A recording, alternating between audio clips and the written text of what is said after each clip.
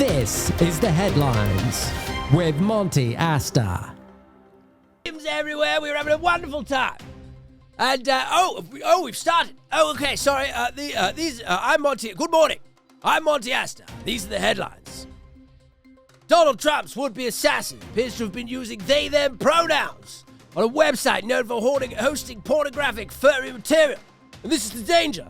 You start off with the theys and the they-thems. And the next thing you know, you're having a hand shandy over furry material. I've seen this. They're not sure about themselves. They don't know what they are. And now they're wanking over something that nobody knows what it is. Half man, half animal. It should be banned, in my opinion. I think it should be. It's a danger. Look what's happened. We've got the evidence here. Started calling themselves they them. Started wanking over a half man, half animal. Next thing you know, you're shooting the president in the air. So it needs to be taken down a peg or two. Thomas Cook, who shot down Thomas Cook.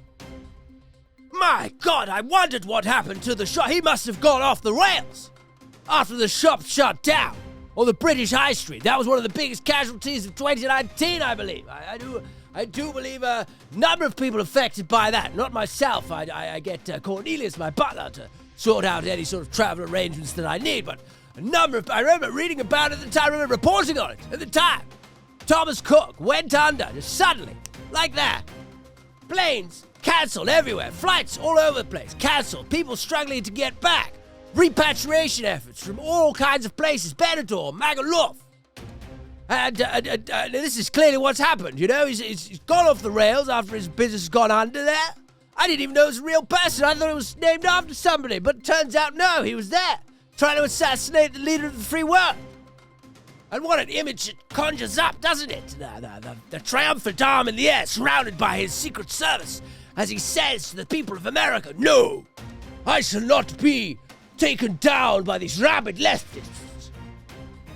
Beautiful image. And to think, a couple of millimeters to the right, and it could have been all over for President Trump there. Thomas Crook, who shot... Oh, Crooks! Oh, okay. No, that makes more sense. I thought I would have heard more about that at the time. Well, we could all breathe a sigh of relief. I thought for a moment there,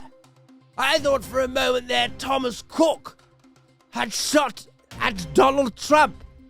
And what a story. It would have made a bloody exciting story for the history books, you know? If you went back 2010, told someone who'd just woken up then from a coma, you'll never guess what's happened. Thomas Cook has just shot the leader of the free world in the ear.